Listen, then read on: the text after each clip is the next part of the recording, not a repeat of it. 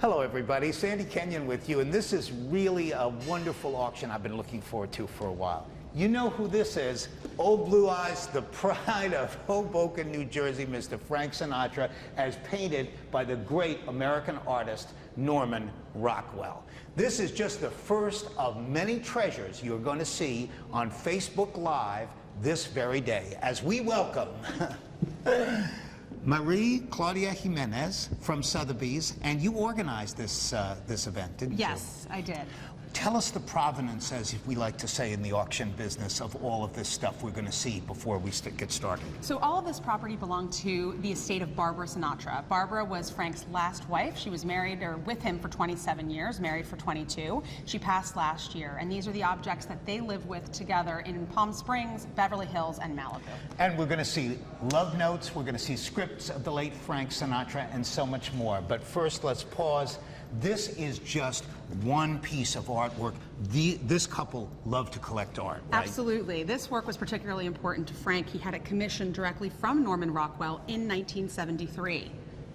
Now, next to the Sinatra painting, a beautiful piece of work. What are we looking at? So this is a child Hassim painting, which is an American impressionist, and Frank was a huge collector of American art, and was a really big fan of this painting and the one next to it, also a nude water scene.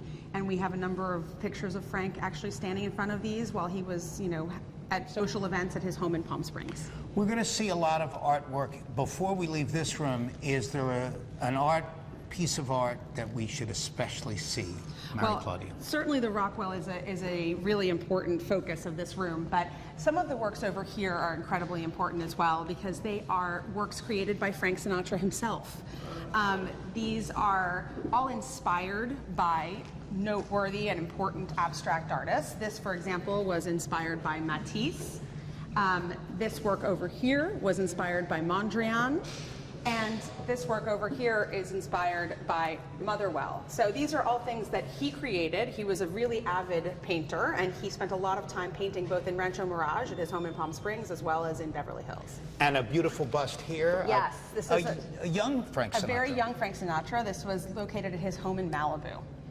And another interesting painting to look at is this portrait here. Directly behind you, Fred. There we go. This portrait here of Frank Sinatra was one of his very favorite paintings. It was located here in New York City at his apartment at the Waldorf Astoria Hotel. He lived at the Cole Porter apartment at the Waldorf Astoria, which was, of course, a very world-renowned apartment. And this was part of his living room. And it was clearly witness to a lot of very fun parties with his friends. And we should put a point on it and say that he lived in the apartment of Cole Porter, who wrote songs that Frank Sinatra loved to sing. Exactly. I met Frank Sinatra, and I saw truly the light half and the dark half. The light half, no blue eyes ever danced like hers. The dark side, the brooding side, represented by that painting that we just saw. He liked this painting so much that he used it as an album cover. So we are actually selling that album. It was one of his personal records, and it's in another part of the exhibition. Let's go there, shall we? If you're just joining us, we are at the exhibit of Sinatra memorabilia, artwork, so much more, owned by the late entertainer and his wife, and here they are. So this is a particularly fun piece. This was one of Frank's very favorite jackets. He had it made for him and all of his friends. So it was the USA Drinking Team jacket, and on the back, his, of course, says Coach. His other friends, Jilly Rizzo, Leo DeRocha, all of them had their names on the back of the jacket. And that is Frank Sinatra and his wife, last wife, Barbara Marx Sinatra. And here's the jacket over here. Yeah. Let's look at it. It looks colorful. USA Drinking Team. And of course, the late, great Frank Sinatra loved his Jack Daniels. Yes, absolutely. And speaking of which, we actually, and we'll get to that in a minute, we have a number of Baccarat tumblers that he used to drink his Jack Daniels that were from his Palm Springs bar. And everything's for sale except a handful of things that you will see in the course of this tour. One is the Oscar. You cannot sell Oscars. It's not permitted to do so by the Academy, and also the Grammy Awards are not for sale. A couple of other things, and we'll mention that. Mention but those, everything else is for sale here, and the sale is next week. In here, we'll call this the political corner. This is the memorabilia related to Frank Sinatra and United States presidents. Exactly. So he was a friend of every U.S. president from Truman to Clinton. So there is literally an item of memorabilia related to every single one of those presidents in our sale. Some are obviously more reflected than others. JFK, as everyone knows, had a very long and storied relationship with Frank, and there are a number of very important pieces that belong to JFK. And the Reagans were also very close friends, and so there are many pieces of memorabilia and objects that belong to the Reagans. And that transition between JFK and Ronald Reagan, very significant, because as fans know, Frank Sinatra started as a Democrat for decades there and became a Republican in later years. And that's an arc that many other less famous Americans have reflected. The relationship with JFK, of course, famously broken in the Kennedy administration when JFK chose to stay at Bing Crosby's house in Palm Springs rather than Mr. Sinatra's. Of course, Bing Crosby, a great rival, originally a mentor and inspiration, then a great rival. JFK stayed at Bing Crosby's house in Palm Springs instead of Mr. Sinatra's, where some of these objects, many of them, come from. Exactly. This actually is a first edition of Profiles in Courage by John Kennedy, and it's inscribed to Frank Sinatra, and it was given to him during his presidential campaign. So, significance of the flag. This was a flag that hung over Camp David during the Reagan administration. So it was gifted to Frank by Ronald. And in the corner, letters and autographs. Yes, these are 2 letters, some birthday letters from Bill Clinton, and then there is some, this over here is a picture of the White House that was given to Frank by George Bush. And a couple of baseballs. This is very interesting. I didn't know this. Yeah. It reads that at Dodger Stadium, Frank would go into the locker room and give a pep talk to the players. He was a big sports fan, and we see that reflected in a number of the items we're selling, both the baseballs and his golf clubs, but the baseballs were particularly meaningful, and this one here on the desk was actually given to him by Tommy Lasorda.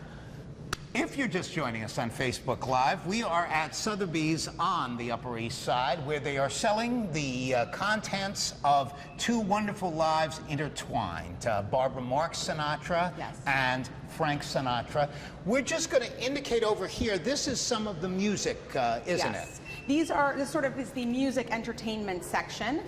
We've got a lot of his gold and platinum records, some paintings of him that were done by Leroy Neiman, who was a friend. Also, a lot of things that he lived with in his house. These are the Baccarat crystal glasses that he used to drink his Jack Daniels from, which I mentioned. These were from his bar in Palm Springs, and one of them, this set here, is actually from his comeback tour in 1988 with Liza Minnelli and Sammy Davis Jr. And actually, when he made that comeback tour, I was there at the announcement. And I have some wonderful memories of the guys at 8 a.m. at Chasen's Restaurant. That would be Dean Martin, Sammy Davis Jr., and Frank Sinatra announcing their tour before Liza Minnelli substituted for Dean Martin. They announced the tour. It was about 8 a.m. in the morning. Around this time in the day, I really thought the guys had been up all night. Well, this is a jacket that belonged to Barbara Sinatra, and this is a phrase that Dean Martin made famous, which is, "It's Sinatra's world, we're just living in it." And I think it's very reflective of what you were just saying. Everyone had to keep Frank's hours, and he used to like to stay up very late, and so if he was up, everyone was up. And we're at Sotheby's, where they're selling a lot of Sinatra stuff next week, and we're getting a preview right here from Mary Calvi Jimenez. Yes, Mary Claudia. Mary Claudia, yes. Excuse me. And we are going to continue here past some more artwork.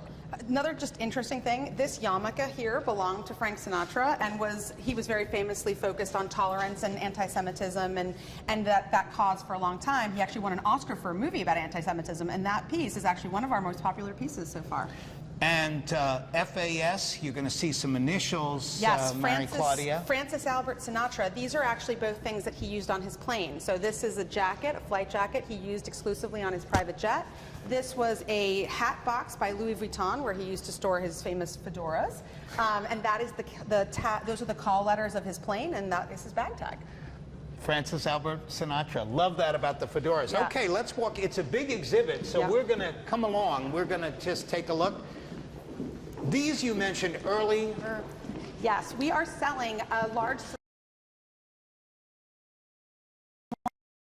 Sinatra. So his own work, but he also has Lena Horne, Tony Bennett, a number of other artists that are represented in his personal record collection. Mary Claudia, over here, this is sort of an homage to the Rat Pack. Tell us, for our younger viewers, what was the Rat Pack? So the Rat Pack were a group of artists that basically played, did movies together, did everything together, essentially, in the 1940s and 50s, 60s, and onward. I believe they were named the Rat Pack by Lauren Bacall. That was an affectionate nickname she gave them, and it stuck. And that group, of course, very famously included Dean Martin and Sammy Davis Jr., and then there were additional people who came in and out depending on the era. The name stemmed from when Lauren Bacall's husband, Humphrey Bogart, was still alive, and a loose group of friends used to collect in Holmby Hills out in the Beverly Hills area, and she looked at them allegedly one night and said, "You guys are just a little old Rat Pack," and the name stuck. And here it is. So these are an interesting selection of works because these are all things that Frank and Barbara lived with, and they are, a lot of them are fan works, which is particularly funny. So some of these are unknown artists, but they are people who would send things to Frank and he would keep them. Tools of his trade right here. Yes, these are two microphones that he used in some of his concerts in the 1980s. And this is a particularly funny piece here. This is a piece of fan memorabilia, fan mail from 1947 that someone sent to Frank. It was a letter covered in kisses. It's a sheet music for a song called I Was Wrong. And it says, "Dear Frankie, I'll love you till the day I die. Signed, Irma Plotkin. Brooklyn, June 16, 1947. So I wonder where Irma Plotkin's family is. And what's an estimate of something like this? We should make the point that some of the items that you're about to see are very, very valuable. Yes. But some very accessible. This is $200 to $400. Many of the objects are very accessible. I think the issue, though, is we expect a lot of people to be interested. So don't expect that it's going to go for that price. Behind, a great poster from the London Palladium. This is Frank Sinatra. Fans know he had two great arcs in his career. One that ended in the early 50s and another that picked up in the mid-50s and went all the way to his passing. This is a particularly important painting because it marks his first international tour, and this is really one of the most important moments in his career that sort of set him on the map. Not a painting so much as a poster, This is a poster, sorry. Right. This is a movie, a poster from a show. And once again, you have the international appeal of Frank Sinatra. Yes, these are also particularly interesting because everyone knows he had a very close relationship with Grace Kelly from his days from filming High Society. And so this was a gala that he did every year for the Red Cross because Grace and the royal family of Monaco would ask him to participate. This actually was less than a year after Grace died, so it was a particularly poignant one. And you mentioned High Society, and behind, we won't go over there because some of our colleagues are working over there, but we have scripts. These are scripts. Okay, we can stroll over now. These are some of the scripts to the famous movies made by Frank Sinatra. From Here to Eternity, I am not absolutely sure, but I bet this will be the most valuable script sold next week. This is actually the movie he won the Oscar for, Best Supporting Actor, and the Ocean's 11 script is actually the highest price just because of the fact that there are so many people who know the franchise because of George Clooney.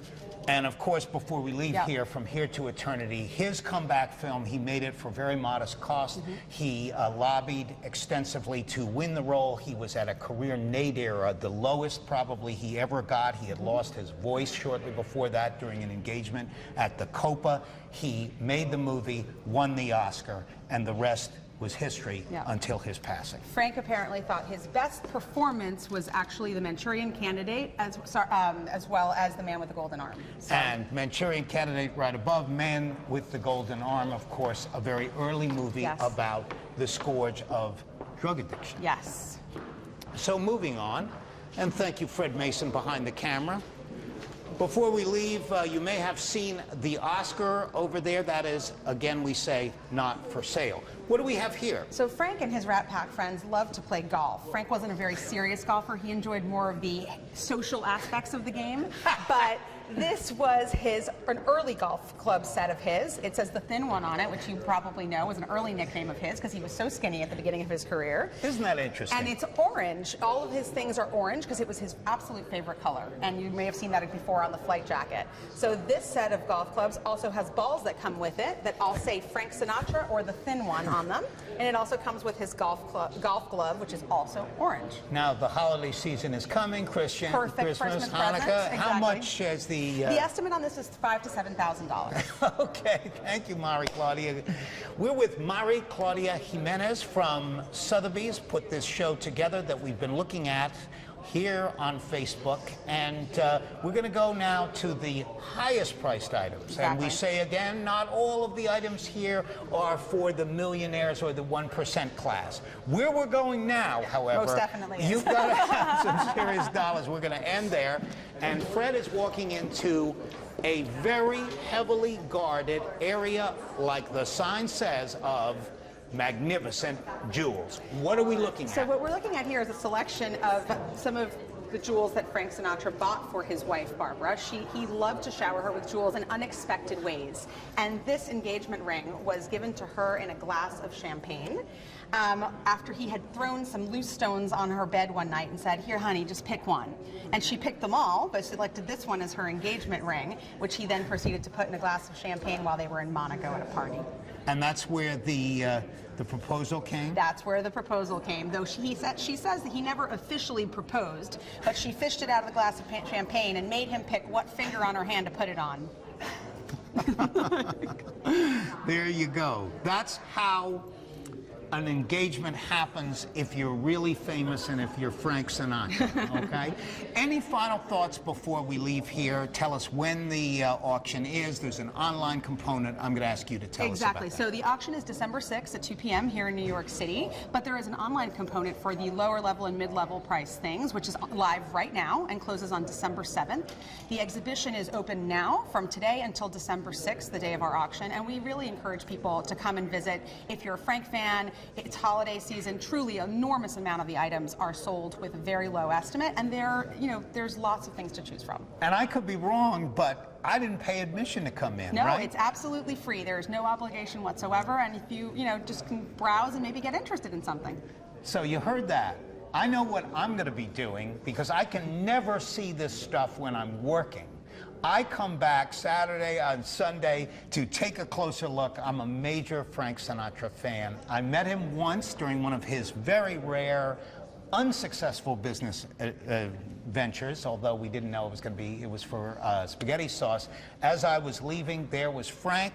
I looked at him and I said, Sinatra at the Sands would be my desert island record, meaning I would take that and only that if I had to choose one for a desert island. And he looked at me, motioned for the guards to back off, and we had a lovely 5 minutes together. And I got a chance to tell him, as many have before me, what his music meant to me. Thank you so much, Thanks Marie Claudia much. Jimenez from Sotheby's. For now, this is Sandy Kenyon saying goodbye from here.